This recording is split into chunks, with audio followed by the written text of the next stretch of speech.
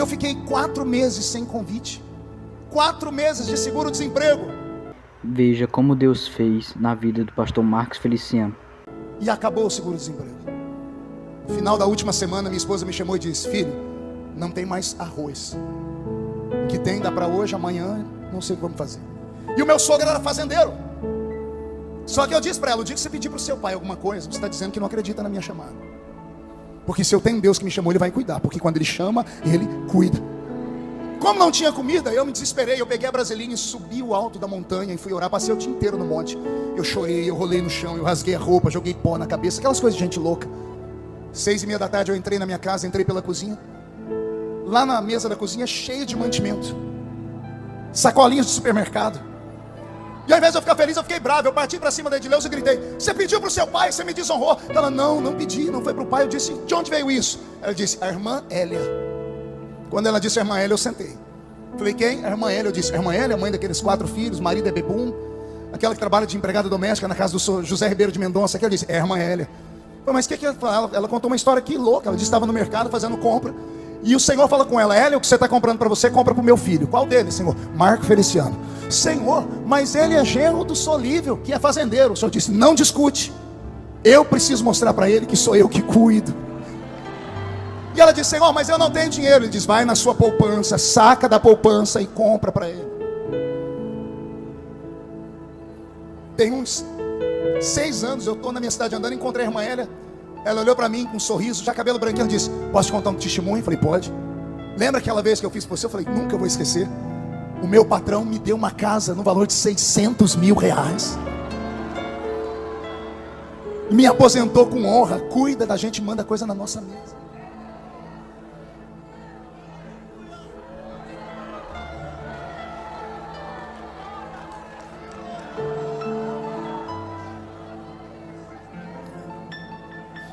Eu dobrei meu joelho e falei: o Senhor cuida, então cuida de tudo. Aí um amigo meu me levou na reuniãozinha lá no Belenzinho, na primeira reunião da segunda-feira do mês, reunião do Belém, lá na igreja do pastor Zé Wellington. E esse meu amigo me pagou o almoço. E na hora do almoço tinha um pastor do lado dele, pastor Newton. Era pastor no Jardim Eulina, lá em Campinas, estava construindo a igreja. E o Newton ouviu a minha história, que eu estava sem convite, que eu pedi um emprego, que eu tinha pedido as contas.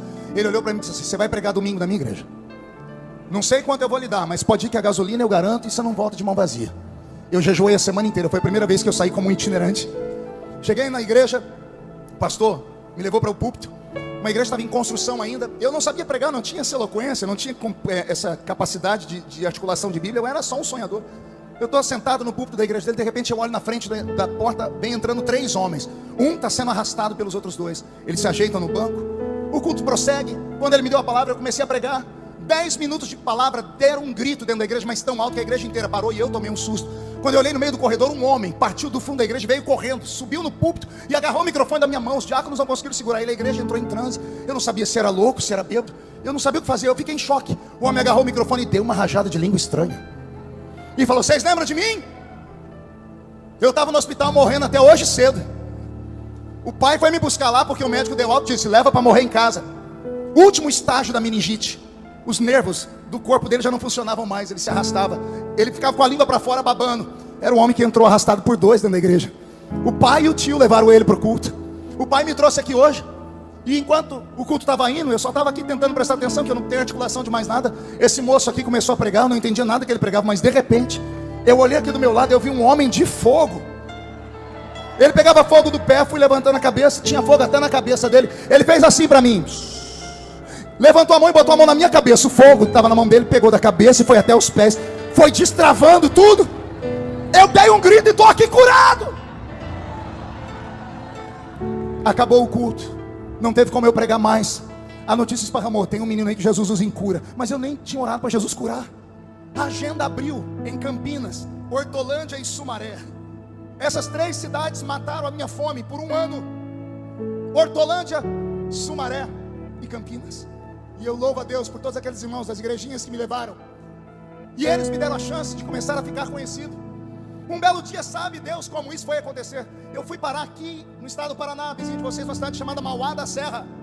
Uma cidadezinha desse tamanho, só tinha uma rua asfaltada na época. Quando o ônibus parou e eu vi aquela cidade, eu disse: eu não tenho chamada não. Os pregadores pegam em grandes eventos e olha onde eu vim parar, Mauá da Serra. De repente eu passei na frente da igreja, eu pedi perdão a Deus, porque a igreja era o único monumento da cidade. Era uma igreja para 1.500 pessoas sentadas. A cidade tinha 3.000 membros, tinha 3.000 habitantes. A metade era tudo de crente. E as duas famílias mais ricas congregavam na igreja.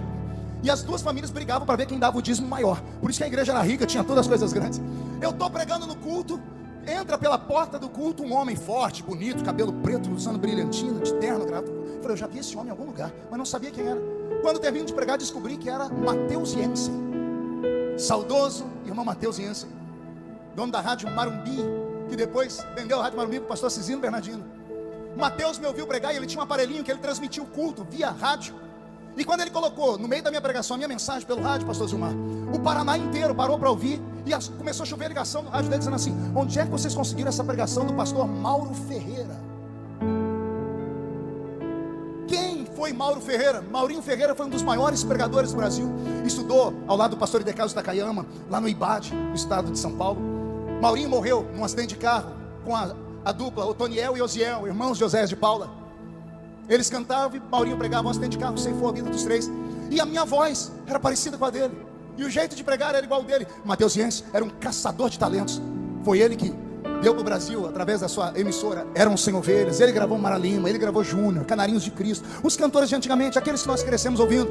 Tudo graças ao irmão Mateus. E o irmão Mateus olhou para mim e disse assim no final do culto: você tem talento, que meu telefone não para de tocar. Ele tinha um celular que pesava uns 5 quilos, aquele celular que dava problema na coluna, você tinha que trocar hora na cintura de cá, hora de cá. Ele falou assim: eu quero você me ajudando num sonho dos meus filhos.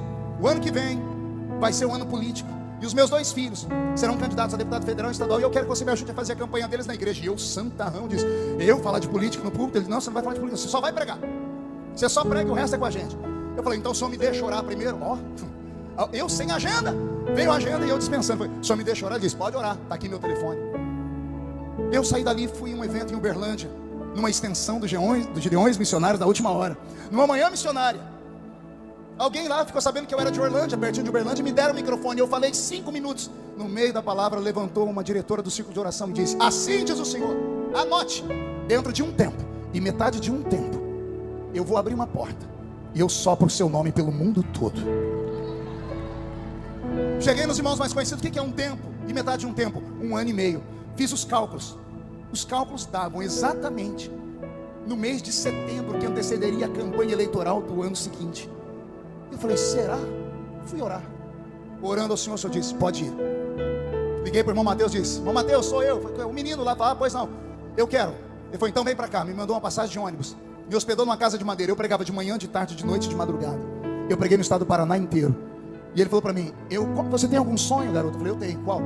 Pregar um dia nos Gideões Missionários da Última Hora. Aí ele falou para mim: se os meus filhos ganharem, tá feito.